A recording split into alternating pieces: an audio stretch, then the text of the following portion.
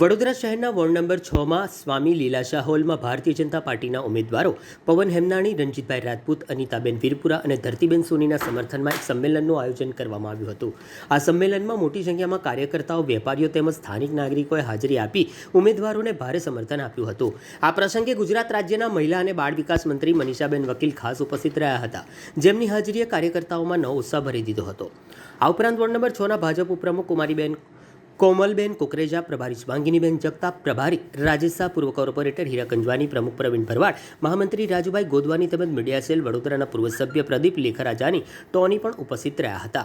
સંમેલન દરમિયાન તમામ આગેવાનોને ઉપસ્થિત જનતાએ ભાજપના ઉમેદવારોને જીતાડવા માટે એકજૂથ થઈ કાર્ય કરવાની પ્રતિબદ્ધતા વ્યક્ત કરી હતી।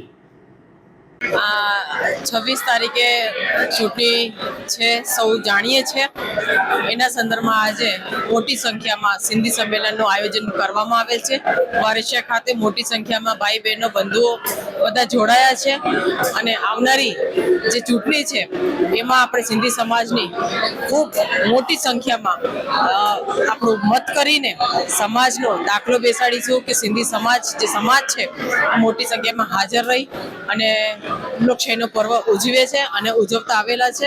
સિંધી સમાજ એક એવો સમાજ છે જેણે કોઈ દિવસ આરક્ષણ નથી માંગ્યું કે રિઝર્વેશન નથી માંગ્યું કે કંઈ પણ માંગ્યું નથી, છતાં એ વર્ષોથી અને આવનારી સમયમાં નવી પેઢી છે, જેનઝી છે, તે તમામ આપ જોઈ શકો છો મોટી સંખ્યામાં જેનઝી જે અહીંયા જોડાઈ રહ્યા છે અને ચૂંટણીલક્ષી કામમાં ખૂબ વ્યસ્ત રહીને સમાજ પ્રત્યે જે ભાજપ પ્રત્યે મોદી સાહેબ પ્રત્યે જે લાગણી છે એ લાગણીને ધ્યાનમાં રાખી અને મોટી સંખ્યામાં મત કરશે એવી અમારી આશા છે।